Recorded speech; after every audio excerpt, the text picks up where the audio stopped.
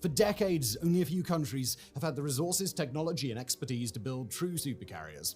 The United States has long been the gold standard, Look at that little but now tugboat. there is a new player in town. Enter the Fujian Type 003, China's first domestically built you guys heard about this? supercarrier. Launched in June 2022, the Fujian is a massive leap forward for China's Navy, a stunning show Oh, of they got a ambition little and squid. innovation. It's Oh, not just kidding, another it's warship. This ribbons. is a statement. This declaration shows that China's military is no longer content to play defense. It wants to compete, dominate, and maybe even surpass the traditional powers of the sea. I mean, it's always good to have a dream, you know?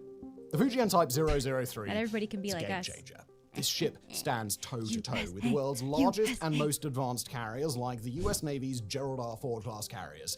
It's also the first Chinese carrier to be built entirely from scratch. China has two other carriers, Liaoning and From scratch, you Shandong, say? but both are heavily based on older Soviet designs. They're smaller, they're less capable, and they rely on a lot of outdated technology.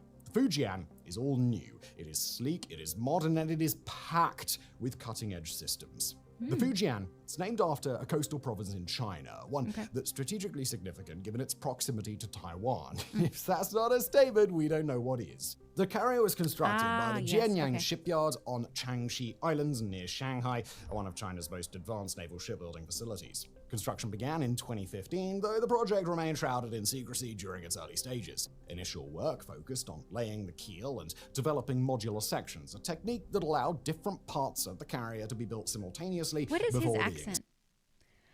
What is it? Does anybody know?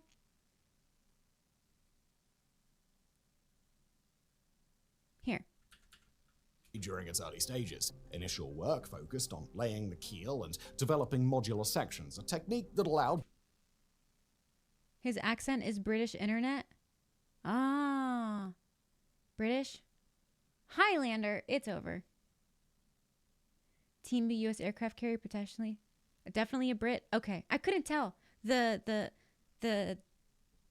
punchiness. I couldn't pick up on it. He's a Brit.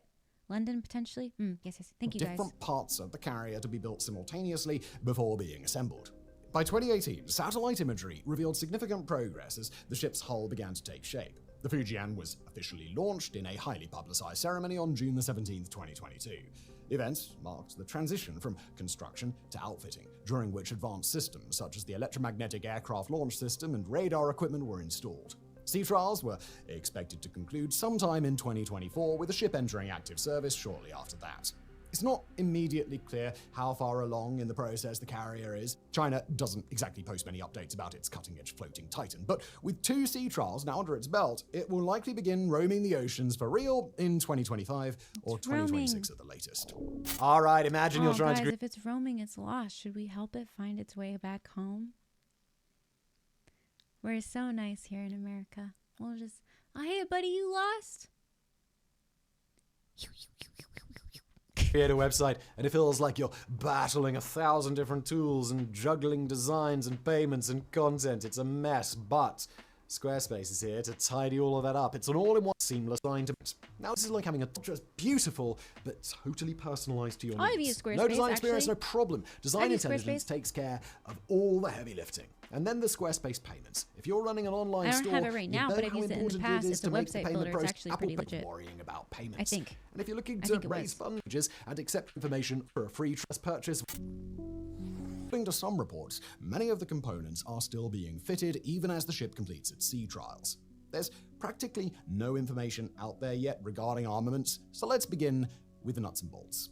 Size matters when it comes to carriers. The Fujian is a behemoth, stretching over 300 meters, that's 1,000 feet in length, which is roughly the height of the Eiffel Tower laid on its side. It displaces around Whoa. 85,000 tons, putting it on par with some of the largest carriers in the US fleet. This That is sheer size, massive. it's not just for show. It means more aircraft, more firepower, and more muscle in the middle of the ocean. It's got a top speed of 30 knots, that's 56 kilometers an hour or 35 miles per hour, and requires a crew of approximately 3,000 sailors and aircrew. What truly sets the Fujian apart from Interesting. its predecessors is its catapult-assisted takeoff but arrested recovery system, or CATABAR for short. An absolute mouthful, but a piece of technology that allows China to join a very exclusive club. Only the US uses the same takeoff system with its Nimitz class and Gerald R. Well, Ford gee, I class wonder where they got carriers, the freaking blueprints from that after the video we watched yesterday. which was about the Shady Rat operation. I wonder where they got the thing that only the United States had. I swear nobody can keep a secret. Don't click on links or emails.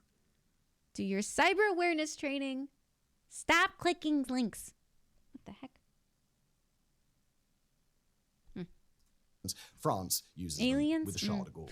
Catabar is a launch system that uses electromagnetic catapults to launch aircraft into the sky. It allows the Fujian to launch heavier, more advanced planes with bigger payloads. Forget the ski jump ramps of older carriers. With Catabar, the Fujian can easily handle next-generation fighters, surveillance planes, and even drones. Inside, the Fujian boasts state-of-the-art radar systems. Rumor has it that the ship is equipped with dual-band phased array radars capable of tracking multiple targets over vast distances. This means the Fujian isn't just a platform for planes, it's a high-tech command center capable of detecting threats and coordinating strikes in real time. The Fujian boasts an enormous hangar deck capable of carrying between 40 and 50 aircraft. Massive. That includes China's cutting-edge J-15 fighters and likely the J-35, which is still in development, but could rival America's F-35 at some point in the future. Another critical feature of the Fujian is its propulsion system. Unlike US supercarriers, which rely on nuclear power, the Fujian uses conventional propulsion. While this limits its range compared to nuclear-powered ships, it's still designed for long-term operations. The ship's equipped with high-efficiency engines that allow it to stay at sea for extended periods without refueling. And let's not forget about defense. While the Fujian is primarily an offensive platform, it's not without its own teeth. The ship is rumored to have a close-in weapon system, or CIWS, anti-missile defenses, and other protective measures designed to intercept incoming threats that you'd naturally expect to have on such a carrier. Put it all together, and the Fujian is a technological marvel, a ship designed to survive on the modern battlefield and dominate it. It's fast, it's powerful, and it's brimming with the latest in naval technology. But all of this does not come cheap. The exact construction cost of such an aircraft carrier has not been publicly disclosed. However, estimates suggest that... What do you think it cost? Start throwing out numbers. How much did it cost to make that thing, that giant thing? Phil, I can't wait to see it sink. It's not nuclear powered. Its range is limited. Yes, however, the caveat to that is it can last longer. So, all right, we got 25 billion, $5 on Temu, 3 billion, 1 million, $50, twice half cost. What? 250 billion, 10 million. 10 times more expensive than the US carrier. Florida's gambling, 15 billion. Several billion. Buy one, get one free. 10 million shekels. Oh my God. The expense is substantial given its advanced features and size. What is it? For context, the US Navy's Gerald R. Ford class carriers share similar technological advancements and have a construction cost exceeding $13 billion per unit. All right, so for us, it's 13 billion per unit. Considering the Fujian's comparable capabilities, we could likely apply a similar figure plus a few billion more for technological developments. All right, so 13 billion plus was that cost. Holy moly.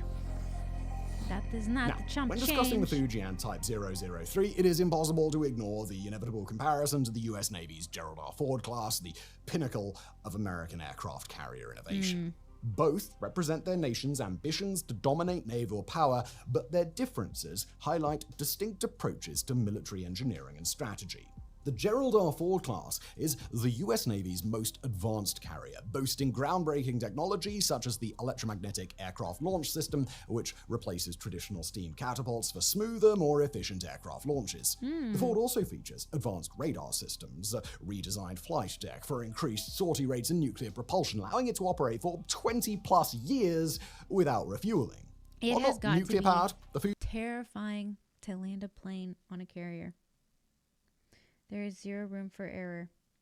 I know there's zero room for error in general.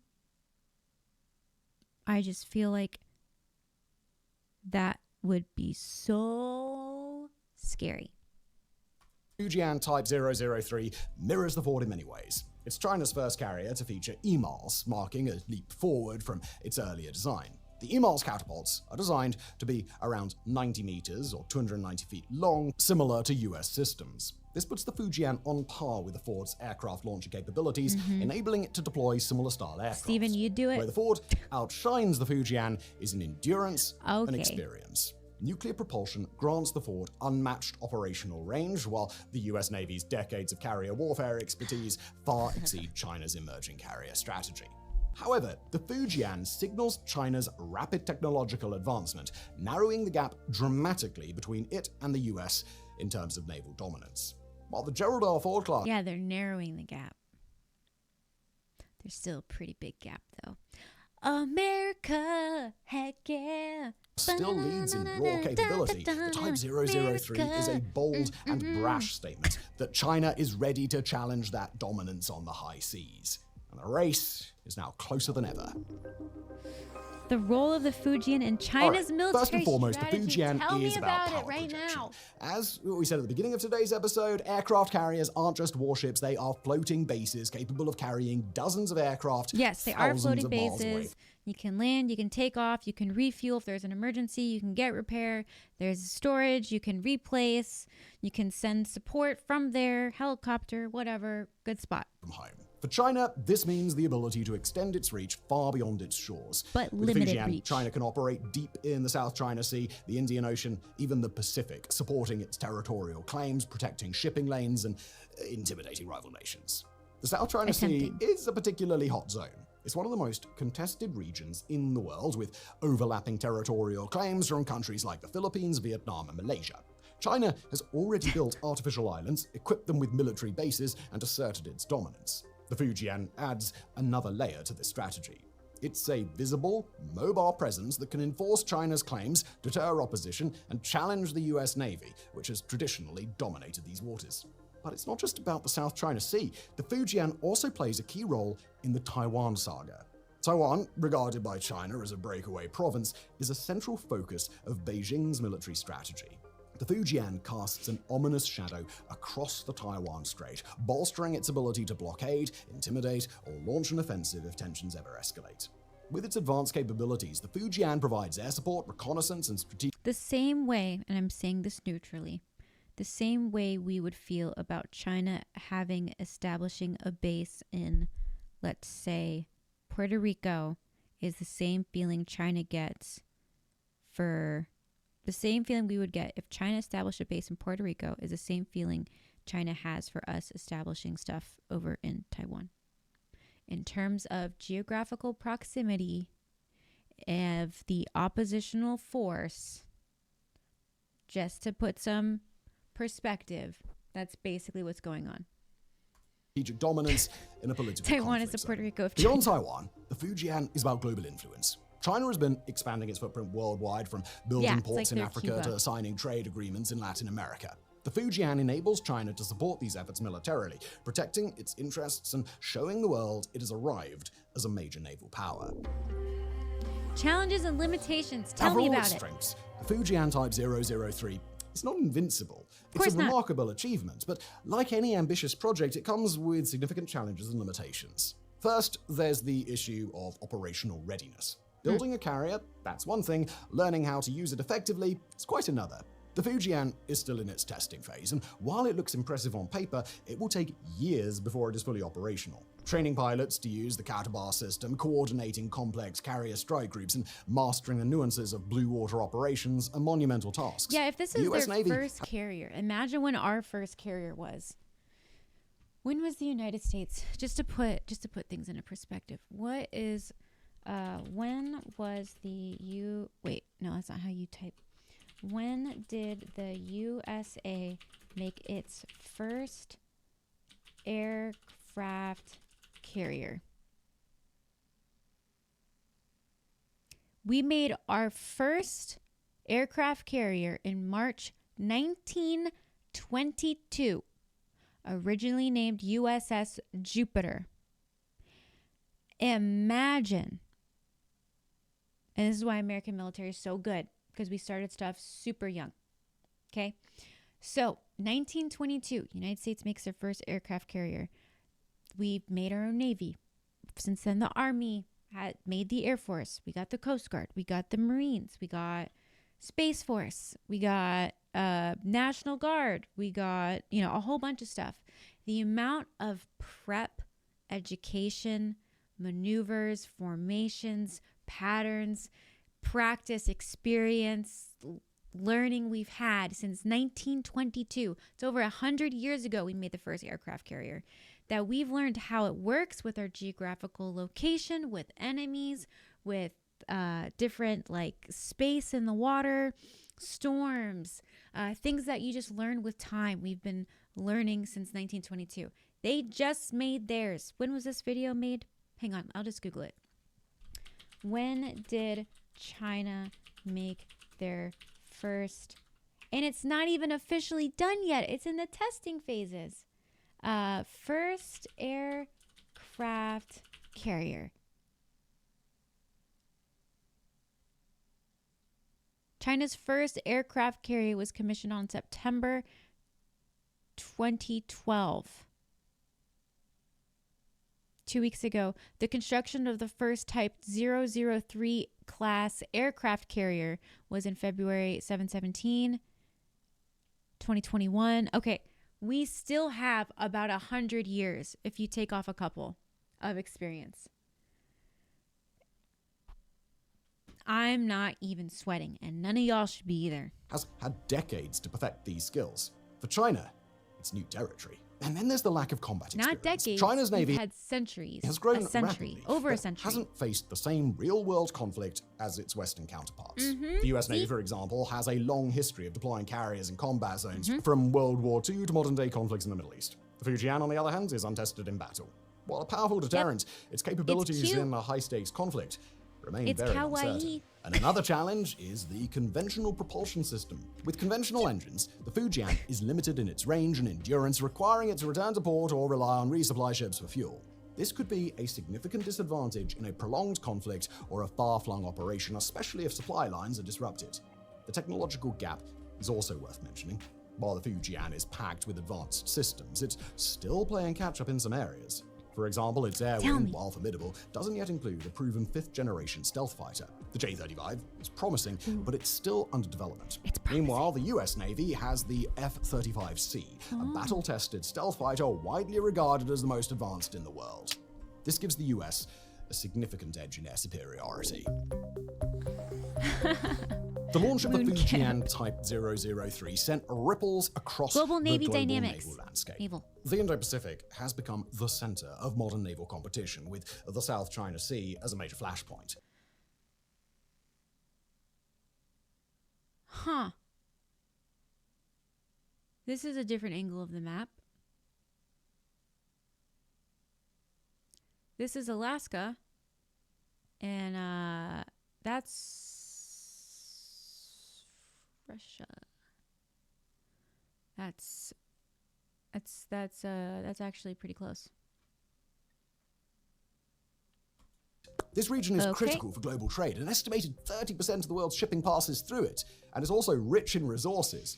The US Navy has been the dominant force for years, conducting freedom of navigation operations to challenge China's territorial claims. The Fujian changes the equation, though. With its advanced systems Lock it in, and guys, larger or air focus wing, on the the Fujian. Fujian gives China a powerful tool to assert dominance. Neighboring countries aren't taking this lightly. Japan, for example, has begun converting its Izumo-class destroyers into full-fledged aircraft carriers and investing in F-35B stealth fighters. India is Did you ramping guys up see its that? It full-fledged looks like it's aircraft carrying a carriers and styrofoam investing with in a face on it. Look at that. That looks like a styrofoam block with a face on it. And he's with glasses going like. That's my face if I was landing that plane on a carrier in the middle of an ocean.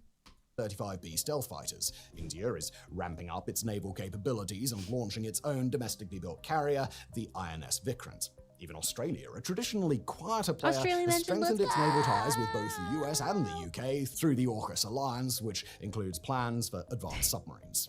On a global scale, the Fujian represents China's push to challenge the United States as the preeminent naval power. While the US Navy still holds a significant advantage in terms of numbers, technology, and experience, So everything. the Fujian signals that China is closing that gap. This isn't just about numbers, it's about strategy. Yes, question China's now- closing that gap with that aircraft carrier that is still a test that they have never actually tested in battle. However, ours have been tested in battle since 1922. Yes, it's very dramatic. It's very scary. It's very not kawaii.